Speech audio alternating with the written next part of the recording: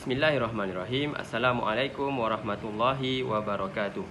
Okey, baik. Dalam video ini kami akan kongsikan kepada anda semua tentang subjek yang akan anda pelajari, iaitu subjek Tarikh Tasyrik dengan kod subjek SHCI 1292. Okey, baiklah.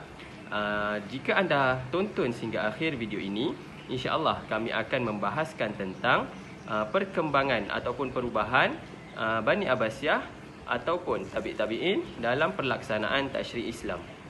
Dalam kumpulan kami terdiri seramai 7 orang ahli, iaitu Ahmad Hakimi Rabbani, Nurul Huda, Wais Nur Hashimah, Muhammad Aiman Nawawi, Nazira dan Muhammad Rafiuddin.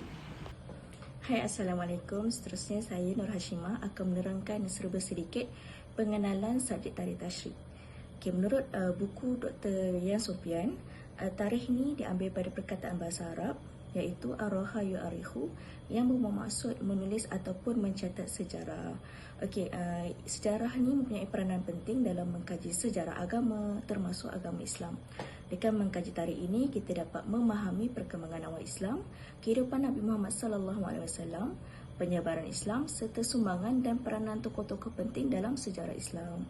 Oleh itu, tarikh ini berfungsi sebagai medium yang membawa kita ke masa lalu, membantu memahami perjalanan manusia dan menyediakan asas penting untuk memahami dunia hari ini.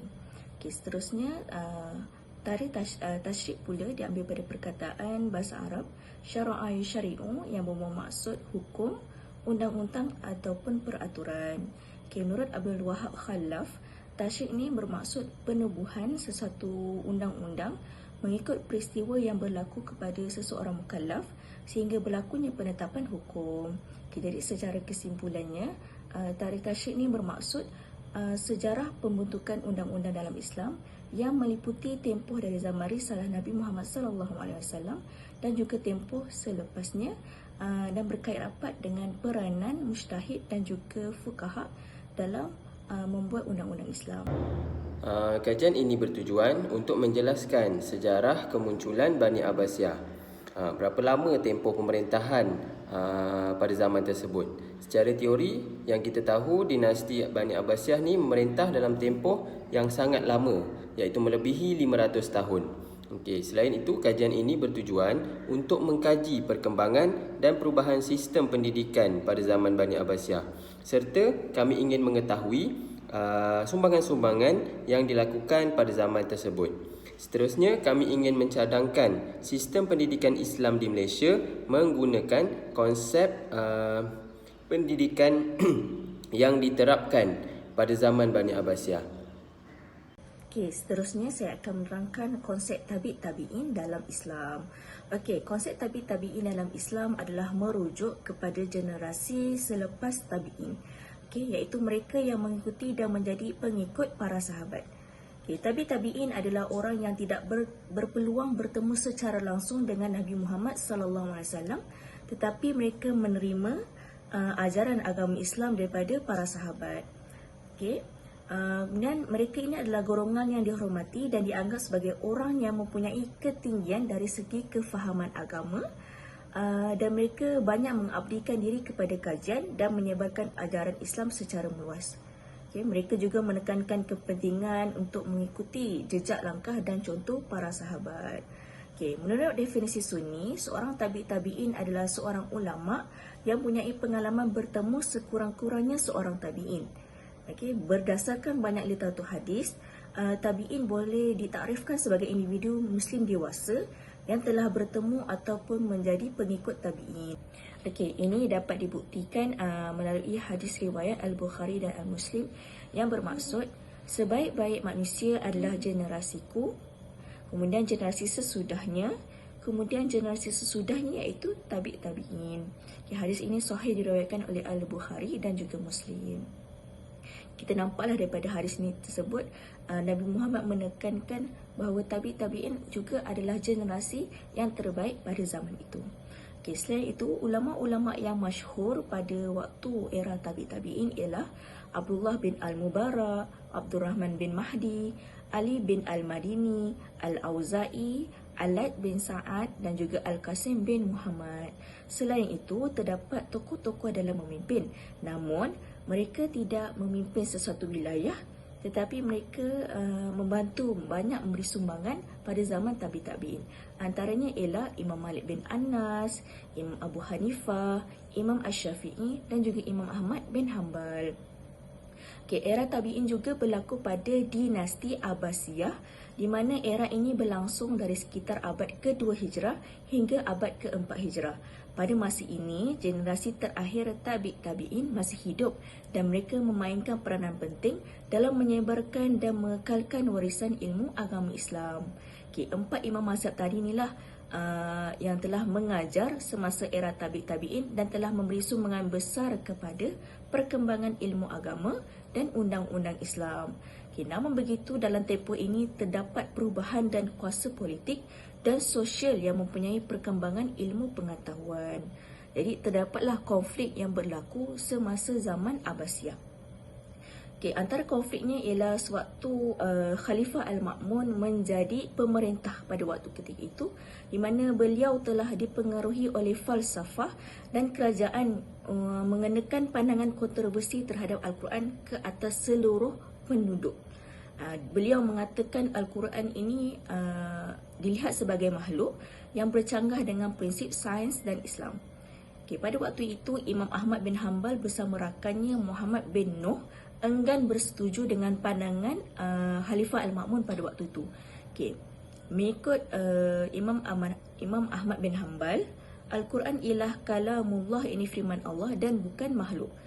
Akibat daripada perbuatan Imam Ahmad bin Hanbal ni yang enggan bersetuju, beliau telah dipenjarakan. Namun begitu, keadaan berubah selepas Khalifah Al-Mutawakkil menaiki tahta menggantikan Khalifah Al-Ma'mun. Jadi itulah serba sedikit konsep tabi'in dalam Islam. Kita teruskan lagi dengan zaman kebangkitan Bani Abbasiyah. Dinamakan Abbasiyah kerana pelantikan Abu Abbas Abdullah As-Saffah yang merupakan dari keturunan bapa saudara Rasulullah SAW yang bernama Abbas bin Abdul Muttalib. Selepas Umayyah, Abbasiyah merupakan khalifah Islam yang paling lama berkuasa selama lebih 500 tahun di bawah 37 khalifah. Semasa dari tahun 750 Masihi sehingga 1258 Masihi. Pemerintahan di Damsyik dan berpindah ke Baghdad oleh Al-Mansur. Kerajaan Abbasiyah telah membangun dan mengembangkan pelbagai sistem yang menjadi asas kepada kehidupan manusia seperti ekonomi, ketenteraan, pendidikan dan sebagainya. Antara faktor kebangkitan Bani Abbasiyah adalah kedudukan Baghdad yang strategik menjadi pusat tumpuan masyarakat kerana mempunyai pasar yang dikenali sebagai Suq Al-Baghdad. Sekaligus dia dapat menyebarkan penggunaan bahasa Arab kerana terdapat jualnya beli. Selain itu, sumber ekonomi Bani Abbasiyah adalah melalui perdagangan yang datang ke Baghdad seperti Parsi, India dan Selatan Rusia. Malahan, pertanian juga seperti gandum, buah-buahan dan juga perindustrian menjadi sumber ekonominya. Ada sumber lain kerajaan Abbasiyah adalah seperti zakat, jizyah dan ghanimah. Di samping itu, kota Baghdad merupakan laluan pedagang timur dan barat untuk berniaga, sekaligus dapat mengembangkan industri perkapalan untuk memudahkan pergerakan pedagang. Zaman Abbasiyah dikenali sebagai The Golden Age of Islam kerana telah diwujudkan institusi pendidikan yang dikenali sebagai Bait Al-Hikmah yang menjadi pusat para ilmuwan. Penterjemahan juga dilakukan di Bait Al-Hikmah oleh tokoh penterjemah seperti Yuhana bin Musawwah. Keadaan asal seperti falsafah, sains dan sebagainya diterjemahkan dalam bahasa Arab bertujuan untuk menyebarkan pendidikan kepada semua. Sumber hukum telah berkembang untuk meletakkan hukum terhadap suatu perkara, iaitu terbagi kepada dua, iaitu sumber yang disepakati seperti Al-Quran, hadis, ijma' dan qiyas, dan juga sumber yang tidak disepakati adalah seperti istihsan dan istihab.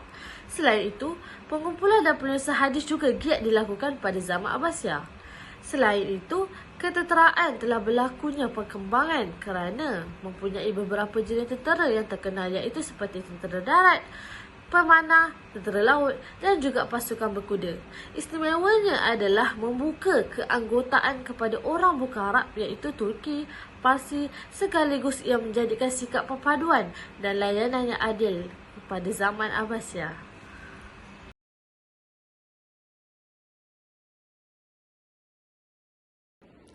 Okey, seterusnya saya akan sambung berkaitan dengan konsep serta ciri-ciri pendidikan barat.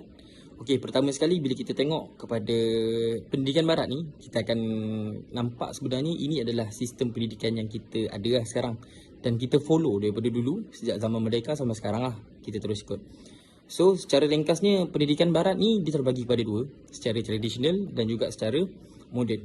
Kalau kita tengok kepada konsep apa yang cuba barat bawa pada tradisional, pada permulaan sistem pendidikan tu, yang diorang hanya cuba bawa adalah berkaitan dengan menjawab kebiasaan ataupun tabi'i manusia tu. Maksudnya lebih tertumpu kepada apa kebiasaan manusia, dan itu yang diorang cuba sampaikan kepada pelajar. Menjawab macam itulah. Dan seterusnya adalah untuk berfikir pengetahuan yang tetap. Ada, maksudnya pemikiran diorang tu ada sifat pengetahuan yang tetap dan tidak boleh berubah. Tentang apa yang diorang belajar, itu je lah sampai situ. Dan seterusnya dia membentuk dalam pemikiran tradisional ni, diorang bentuk perkembangan intelektual, tetapi hanya sekadar memberi makna, faham kepada makna semata-mata. Berbeza, sangat berbeza dengan secara moden. Pendidikan moden ni pula berbeza. Sebab apa? Diorang ni dah start untuk membentuk semula masyarakat. Dah moden. Bila dah moden, banyak industri yang memerlukan teknologi dan sebagainya. Diorang perlukan pemikir-pemikir. That's why lah diorang tukar. Daripada hanya menerima, diorang tukar kepada penyelesaian masalah. Kerana apa? Terdedah kepada isu semasa dan juga teknologi serta politik lah. Maksudnya dah semakin berkembang lah pendidikan ni. Kenapa? Jadinya pelajar ni dilatih, ditrain untuk bukan tertumpu kepada menerima semata-mata. Macam tadi lah kita cakap, bukan hanya menerima, tetapi untuk menangani masalah. Okey, seterusnya berkaitan dengan ciri-ciri pendidikan barat. Okey, barat ni saya gabungkan terus. Sebab sistem pendidikan diorang ni, dia ada punya ciri-ciri lebih kurang cuma berbeza sikit dari segi guru sebagai pemudah cara. Yang pertama, ni adalah moden lah. Maksudnya guru tak hanya memberi semata-mata, tetapi guru sebab tengok je apa yang pelajar cuba berfikir dan cuba menyelesaikan masalah tu. Yang keduanya berkaitan dengan dia nak didik individu yang berketerampilan. Maksud bukan hanya sekadar menerima semata-mata, tapi mampu menyelesaikan masalah, mampu menjadi pemimpin dan berfikir macam mana untuk mengembangkan lagi apa yang diorang belajar tu. Seterusnya, sebagai contoh teladan, pembelajaran berpusat. Dan yang seterusnya berkaitan dengan mengembangkan idea hingga mampu melihat kepada realiti semasa. Ini sangat penting. Sebab apa? Dalam ciri-ciri pendidikan barat ni, diorang nak sebagai pelajar tu, dia mampu untuk lihat apa yang akan berlaku. Apa yang akan berlaku. Jadinya diorang dapat jangka. Dan diorang tahu, bila berlaku macam ni, apa yang kita boleh selesaikan. Dalam pemikiran barat, diorang nak didik sebagai pelajar tahu benda tu. Dan seterusnya berkaitan dengan berani untuk mengambil keputusan. Dia perlu tahu apa yang diorang buat dan apa kesan daripada apa yang diorang buat dalam pendidikan barat ni. Maksudnya dia nak ajar kita supaya bukan hanya tertumpu, bila kita buat ni, kita macam sampai situ je. Tapi kita fikir, bila kita buat sesuatu, kita akan menghadapi masalah dan kita akan menghadapi apa yang orang akan kata dan sebagainya lah. Dan terakhir sekali, kita mengaplikasikan masalah tu. Itulah yang dicuba bawa oleh Barat, sangat berbeza lah dengan apa yang dibawa oleh Islam. Okey, seterusnya kita masuk kepada biodata tokoh. Okey, tokoh yang pertama adalah Imam Al-Ghazali. Jadi sebelum kita tahu lebih-lebih lanjut tentang Imam Ghazali ni, first kita mestilah kena tahu siapa nama sebenar beliau. Okey, nama sebenar beliau adalah Abu Hamid Muhammad bin Taus Ahmad Al-Tusi Al-Syafi'i. Beliau dilahirkan di salah sebuah kota di Bandar Tus pada tahun 450 Hijrah bersamaan dengan 1058 Masihi. Okey, gelaran beliau adalah Al-Ghazali. Macam mana boleh dapat Al-Ghazali ni? Okey, ada dua pendapat yang mengatakan Al-Ghazali ni diambil daripada perkataan Ghazal, iaitu perkataan Arab yang dinisbahkan daripada pekerjaan ayahnya. Okey, yang seterusnya adalah perkataan tu diambil daripada nama kampung kelahiran Imam Al-Ghazali, iaitu Ghazal. Seterusnya kita masuk kepada sumbangan Imam Al-Ghazali. Antara sumbangan yang telah dihasilkan oleh beliau adalah beliau telah menghasilkan 100 buah buku. 100 tu agak banyak lah sebenarnya. Dan antara karya yang paling terkenal adalah Kitab Ulumuddin. Kitab Ulumuddin ni dijadikan rujukan oleh orang Islam, bukan setakat orang Islam je, tapi oleh sarjana-sarjana barat pun menggunakan Kitab Ulumuddin ni sebagai rujukan beliau. Okey, seterusnya adalah Imam Ghazali ni adalah tokoh yang memperjuangkan tamadun Islam. Selain itu, beliau telah menghasilkan kitab daripada pelbagai bidang, antaranya bidang sosial, bidang politik, bidang sejarah dan fizik dan sebagainya. Itu adalah kelebihan yang ada pada Imam Al-Ghazali. Okey, seterusnya kita masuk kepada biodata tokoh yang kedua, iaitu Ibnu Khaldun, seorang tokoh Islam yang sangat terkenal dan mempunyai gelaran yang tersendiri. Okey, first kita mestilah kena tahu nama beliau. Okey, nama Ibnu Khaldun adalah Waliuddin Abdul Rahman bin Muhammad bin Abi Bakar Muhammad bin Al-Hasan. Beliau lahir pada 27 Mei 1332 Masihi di Tunisia, dan ada yang mengatakan beliau telah wafat pada tahun 1406 Masihi. Ketika itu beliau berumur 76 tahun. Seterusnya, beliau adalah berketurunan Arab Yaman yang berpindah ke Andalus, dan beliau mempunyai gelaran iaitu seorang yang pakar dalam bahasa Arab, dan beliau merupakan bapa sosiologi Islam. Sosiologi ni adalah ilmu yang berkaitan dengan kemasyarakatan ataupun tentang kemanusiaan. Okey, seterusnya sifat kepribadian seorang Ibnu Khaldun. First, Ibnu Khaldun adalah seorang yang sangat semangat dalam menuntut ilmu. Beliau adalah seorang yang hidup bernomad. Jadi setiap kali beliau ni berpindah, tujuan utama yang beliau akan buat adalah beliau akan menuntut ilmu. Okey, seterusnya adalah beliau mempunyai kepimpinan yang baik, dan sifat kepribadian beliau yang ketiga adalah beliau seorang yang kreatif dalam penulisan. Disebabkan itu beliau telah menghasilkan banyak karya daripada pelbagai bidang yang beliau telah kaji. Itu adalah antara sifat-sifat yang ada pada diri seorang Ibnu Khaldun. Okey, seterusnya adalah kita tahu tentang bidang kemahiran Ibnu Khaldun. Ibnu Khaldun ni mahir dalam pelbagai bidang, tapi antaranya adalah bidang sejarah, bidang politik dan bidang sosiologi. Okey, dekat dalam bidang sejarah, beliau merupakan ahli falsafah sejarah yang sangat terkenal pada ketika itu. Antaranya adalah tindakan yang pernah beliau lakukan adalah beliau telah membetulkan fakta salah yang diselewengkan oleh orang-orang barat, dan beliau berpendapat peristiwa sejarah ni adalah satu ilmu yang berdasarkan kajian nyata. Okey, ia dikira sejarah apabila benda tu berlaku.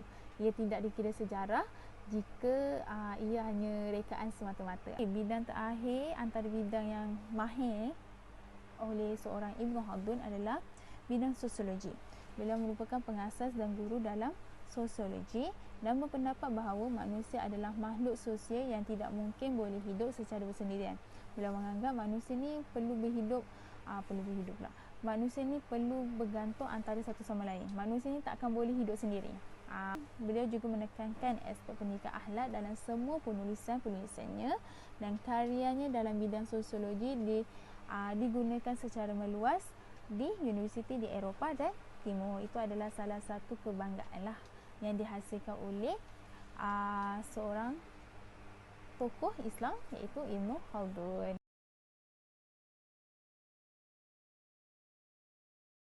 Konsep pendidikan Ibnu Khaldun dan juga Imam Ghazali.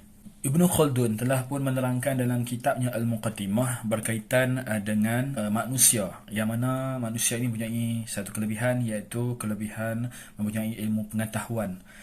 Dan sebelum ada ilmu pengetahuan, manusia ini diberikan kelebihan, iaitu ianya boleh berfikir. Dan itulah kemahiran yang ada pada manusia, iaitu kemahiran berfikir. Kemahiran berfikir ini ianya berkait rapat dengan pembelajaran dan juga ilmu pengetahuan, yang mana ianya kita gunakan adalah untuk kita mengetahui apa yang telah pun Allah Ta'ala sampaikan kepada kita, dan juga apa yang telah pun disampaikan oleh Rasulnya Nabi SAW. Ibnu Khaldun telah pun membahagikan tahap pemikiran kepada 4 perkara, iaitu yang pertama adalah aklu tamyiz, iaitu seseorang berada pada tahap mengaplikasikan ilmu tersebut. Yang kedua adalah al-aqlu tajribi, yang mana di tahap ini adalah pemikiran yang berdasarkan analisis. Jadinya dari segi lain kita boleh katakan sebagai tahap kepada pemikiran eksperimen. Dalam tahap ini juga seseorang tersebut dia boleh mengumpul idea dan juga pengalaman, disebut sebagai tasdiqat, untuk menganalisis sesuatu perkara tersebut. Yang ketiga ialah al-aqlu nazari, iaitu di tahap pemikiran seseorang untuk menilai sesuatu. Jadi sebelumnya itu apabila ia telah pun menganalisis, maka untuk peringkat ketiga dia dapat menilai perkara yang dia telah pun lalui perkara tersebut. Dan pada peringkat yang terakhir, maka ia telah melalui yang disebut sebagai haqiqah insaniyah, yang mana bila seseorang tersebut telah menjalani peringkat pertama, kedua dan ketiga, maka daripada hasilnya ia akan mengambil hikmah daripada apa yang dia telah pun lihat, apa yang telah pun dia rasa dan apa yang telah pun dia dengar. Itu yang disebut sebagai haqiqah insaniyah, mengambil iktibar, pengajaran, pengetahuan dan juga hikmah dari apa yang dia belajar. Di sini kita melihat perbandingan aras pemikiran di antara aras pemikiran Ibn Khaldun dan juga sejarah barat, iaitu Bloom dan juga Anderson. Di sini kalau kita tengok macam lebih kurang, tapi sebenarnya kelebihan pada pemikiran Ibn Khaldun adalah kita adanya haqiqah insaniyah. Sebab tu kalau kita lihat pemikiran Islam bukan hanya keuntungan di dunia sahaja, tetapi pemikiran Islam itu juga merangkumi kedua-duanya, dunia dan juga di akhirat. Jadi di situlah kelebihannya kita ada haqiqah insaniyah. Sedangkan kita tengok pada taksonomi Bloom dan juga Anderson hanya berada pada tahap mencipta dan juga menilai, tetapi mereka tidak ada yang disebut sebagai haqiqah insaniyah, memikirkan hikmah di sebalik apa yang kita belajar dan kita fikirkan. Konsep pendidikan oleh Imam Ghazali pula, ia juga berkaitan dengan manusia, yang mana seseorang manusia itu sekiranya untuk menuntut ilmu memerlukan kepada elemen-elemen yang telah pun dinyatakan, iaitu yang pertama adalah al-qalb, iaitu jiwa, ar-ruh, al-nafs dan juga al-aql. Jadi 4 elemen ini diperlukan dalam seseorang untuk belajar dan juga menjalani yang disebut sebagai tazkiyatun nafs, penyucian hati jiwa kita untuk menuntut ilmu. Imam Ghazali juga telah pun meletakkan proses ataupun kaedah dalam pembelajaran ilmu. Iaitu yang pertama perolehan ilmu, iaitu kita seperti biasa kita ada 2 kaedah, iaitu yang pertama adalah ilmu kasbi. Yang ilmu kasbi ni kita belajar ada sistem dia, ada tahap-tahapnya. Jadi kalau kita tengok sekarang sistem yang kita buat di sekolah, sama ada di sekolah government ataupun swasta, dia ada sistem-sistem tahun 1, tahun 2, tahun 3 dan sebagainya. Ilmu laduni ini dikurniakan daripada cahaya ilahi, yang ni belajar daripada jiwa hatinya itu mendapat ilmu ar-rabbaniyah yang dikurniakan oleh Allah Subhanahu wa taala. Jadi ilmu laduni ini saya dikurniakan kepada orang-orang yang dipilih Allah Subhanahu wa taala. Yang kedua adalah pendekatan melalui sikap, yang mana seseorang tersebut kita didik anak murid kita dengan sikap, kita berikan kepada dia ganjaran. Sekiranya dia seorang murid yang baik, buat kerja sekolah dan sebagainya, kita berikan ganjaran kepada dia. Sekiranya dia ada lakukan kesalahan, maka ada uqubah, yakni denda. Yang ketiga adalah pendekatan melalui humanistik, iaitu kita mendidik anak murid kita dengan kemanusiaan. Jadi kita tidak membeza-bezakan setiap anak murid kita melayani mereka dengan peringkat dan tahap mereka layaknya sebagai seorang manusia. Dan pendekatan yang terakhir yang telah ditekankan oleh Imam Ghazali ialah pendekatan melalui keteladanan. Jadi kita sebagai seorang guru, kita mendidik anak murid kita dengan melalui contoh yang baik yang kita tunjukkan kepada anak murid kita. Assalamualaikum warahmatullahi wabarakatuh. Jadi kita terus sambung pada isu semasa pertemuan konsep pendidikan barat dan pendidikan Islam. Pendidikan merupakan satu hal yang sangat penting dalam membentuk individu dan masyarakat. Dalam konteks pendidikan terdapat perbandingan antara konsep pendidikan barat dan konsep pendidikan Islam. Antaranya yang pertama adalah di dalam konsep pendidikan Islam, sumber utamanya adalah Al-Quran dan Hadis. Sementara dalam pendidikan barat, mereka mengetengahkan pengetahuan dan pengalaman yang diperoleh melalui pengalaman, eksperimen ataupun pengumpulan data. Dan dalam Islam juga konsep pendidikan Islam mengembangkan individu yang taat kepada Allah Subhanahu Wa Taala untuk kehidupan di dunia dan di akhirat. Sementara konsep pendidikan Barat mengembangkan potensi individu, pemecahan masalah, kemandirian dan persiapan untuk kehidupan dunia semata-mata. Di dalam konteks pendidikan Islam juga, penekanan khusus pada pengajian agama, Al-Quran, hadis, tafsir, fiqh dan sebagainya. Namun di dalam konsep Barat meliputi berbagai disiplin ilmu termasuk sains, matematik, kemanusiaan dan sosial. Seterusnya di dalam Islam, penekanan pada nilai-nilai agama dan pengembangan akhlak yang baik yang dipentingkan ataupun yang dikhususkan. Namun menurut Barat, mereka menggunakan pendekatan yang interaktif, inklusif dan berpusat pada siswa. Seterusnya menjalankan nilai-nilai agama seperti ketakwaan, keadilan, kejujuran dan belas kasihan yang tercermin dalam ajaran Islam. Dan yang terakhir, di dalam konsep pendidikan Barat, mereka mengetengahkan nilai-nilai universal seperti kebebasan, ideologi dan keadilan tanpa penekanan agama yang teliti. Sekian, terima kasih.